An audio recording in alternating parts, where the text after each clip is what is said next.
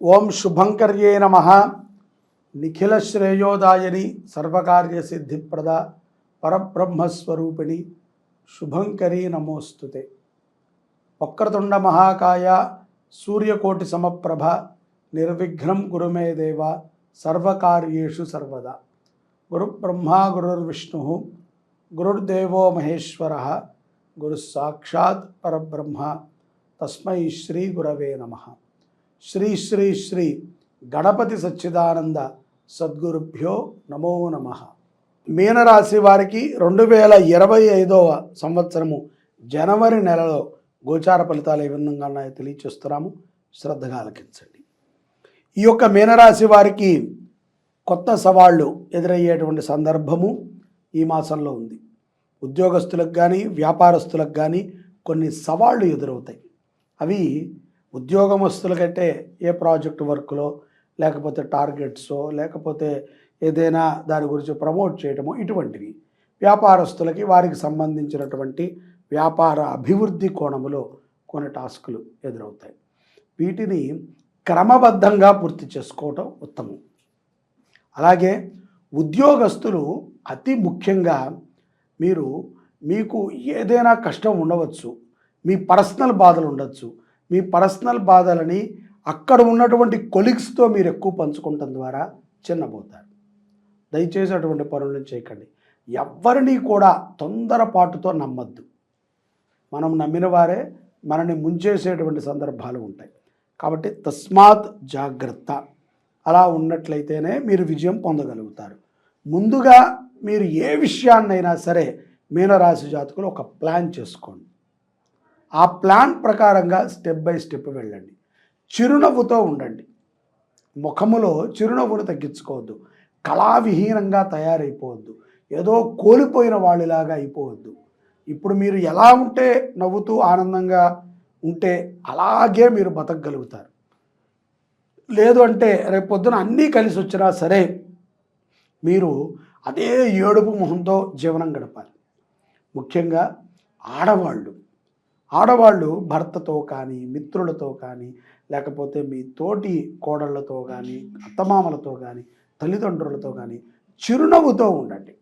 ఏదో కోపాన్ని ప్రదర్శించొద్దు, అన్నీ కోల్పోయామని. భగవంతుడి దయ వల్ల ఏమీ లేని వాడికంటే కూడా ఎంతో కొంత ఉన్నటువంటి మీరు ఉత్తమం. వివాహమైనటువంటి స్త్రీలు పురుషులు కూడా చక్కగా ఒక జీవనాన్ని ప్లాన్ వేసుకుని ఆ ప్లాన్ ప్రకారంగా వెళ్ళండి. తడబాటు, భూమిని కానీ ఇంటిని కానీ ఏదైనా ఒక వస్తువుని కొనేటప్పుడు ఖరీదైనటువంటి వస్తువు ఇది మనకి సమకూరుతుందా, ఈ ఫేస్ మనకి ఇల్లు బాగుంటుందా, ఈ స్థలము కొనడం ద్వారా మనం సమస్యలు తెచ్చుకోమా అనే విషయాన్ని క్షుణ్ణంగా పరిశీలించుకోండి. తర్వాతే దిగండి. నచ్చింది కదా అని చెప్పి అప్పు చేసి ఏ పనిని చేయకండి మీనరాశి వారు. అది చాలా ప్రమాదాన్ని తెచ్చిపెడుతుంది. అలాగే మీనరాశిలో ఉన్నటువంటి ఉద్యోగస్తులు వ్యాపారస్తులు తప్పనిసరిగా మీరు చేసే ప్రతి పని యందు కూడా మీకు అవగాహన ఉండటం అనేటువంటిది అవసరం. లేని ఎడల కొన్ని సమస్యలని మనము తెచ్చుకోవాల్సి వస్తుంది. కాబట్టి అవగాహనని పెంచుకోండి. అలాగే విద్యార్థులు, మీనరాశిలో ఉన్నటువంటి విద్యార్థులు చెడు వ్యసనాల పాలు కాకండి. సిగరెట్లు తాగటము, మందు తాగటము, అలాగే ఇష్టంగా మనకి ఏదో మన సంఘంలో మన తోటి మిత్రులు తిరుగుతూ ఉంటారు, వారి ముందు చులకన భావనతో స్త్రీలను మాట్లాడటము, ర్యాగింగులు చేయటము, ఇటువంటి వాటిని చేసి మీకున్నటువంటి కుటుంబ గౌరవాన్ని సంఘ గౌరవాన్ని తగ్గించుకొని మీ తల్లిదండ్రుల్ని దిగజారేటువంటి పనులు విద్యార్థులు చేయకండి. బాధ్యతగా ఉండండి. తప్పకుండా చక్కటి విద్యను మీరు అభ్యసించగలుగుతారు. అలాగే ప్రయాణ విషయముల్లో కొన్ని పోస్ట్ పోన్ అవుతూ ఉంటాయి.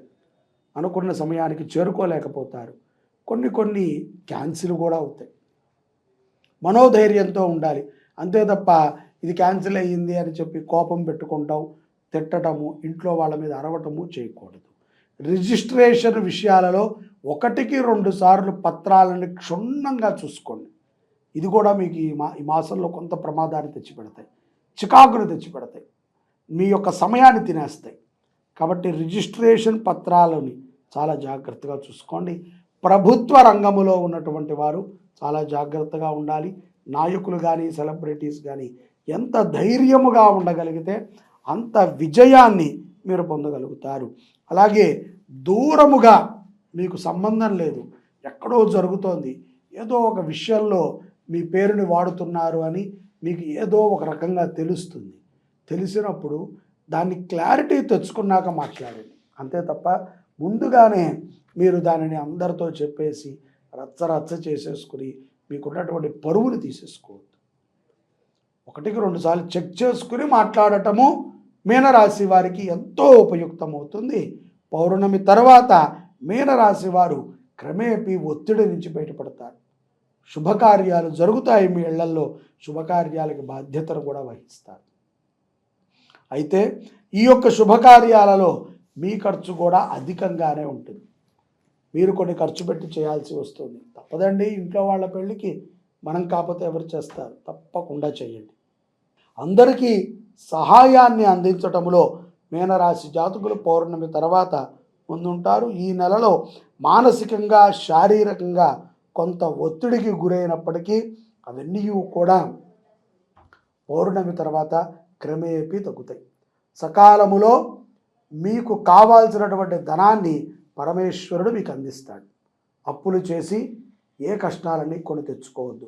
ముందస్తుగా ప్రతి విషయము మీద కూడా అవగాహన, ఒక ప్లానింగ్తో ఉండండి. ఒక నిర్దిష్టమైనటువంటి ప్లానింగ్తో వ్యవహరించండి. సద్గురు దర్శనము మీనరాశి జాతకులకి ఎంతో గొప్ప ఫలితాన్ని ఇవ్వబోతోంది. మీకున్నటువంటి అనారోగ్య సమస్యలను కూడా తొలగిస్తాయి. గురు దర్శనము, దత్త గురు చరిత్ర పారాయణ ఎంత ఉపయుక్తమంటే మీనరాశి వారికి ఊహకి అందదు. దత్తుణ్ణి పట్టుకోండి, గురు చరిత్రని చదవండి.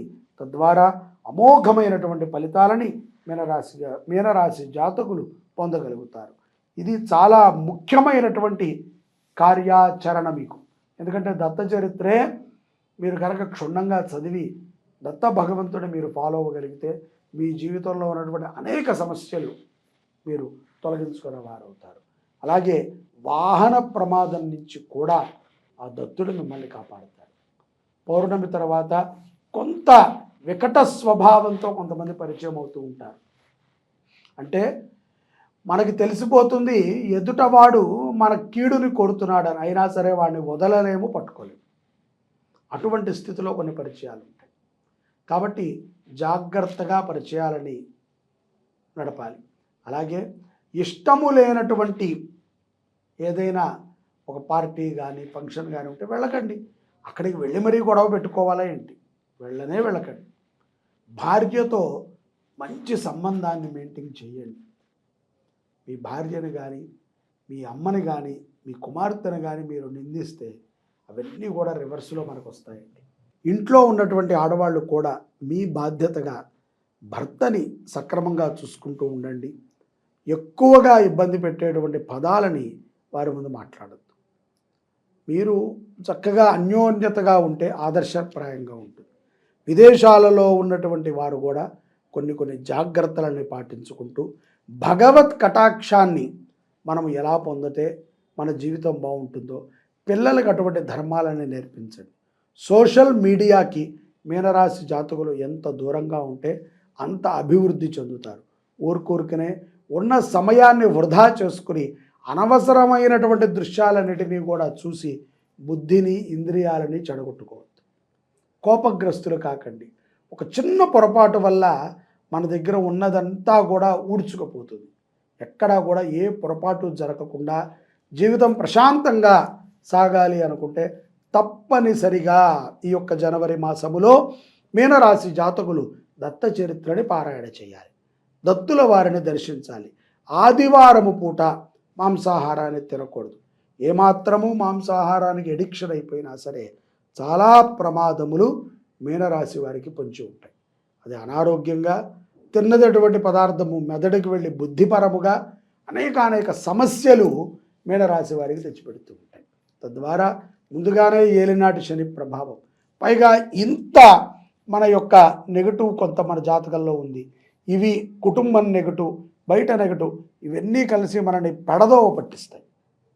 తస్మాత్ జాగ్రత్తగా ఉండాలి. దత్త చరిత్ర పారాయణ ఎంతగానో ఉపయుక్తమవుతుంది. అలాగే మీ యొక్క అన్యోన్య దాంపత్యము కూడా నిలబడుతుంది. కోర్టు వ్యవహారాల యందు కూడా సత్ఫలితాలను ఇస్తుంది. ముఖ్యంగా నాయకులు దత్త హోమాన్ని చేయించండి. లేదు వ్యాపారస్తులు, పెద్ద పెద్ద వ్యాపారాలు ఉన్నాయి, మీ యొక్క వ్యాపార స్థలంలో దత్తాత్రేయుల వారికి అభిషేకాది హోమాలు చేయండి. దత్త దర్శనము చేయండి.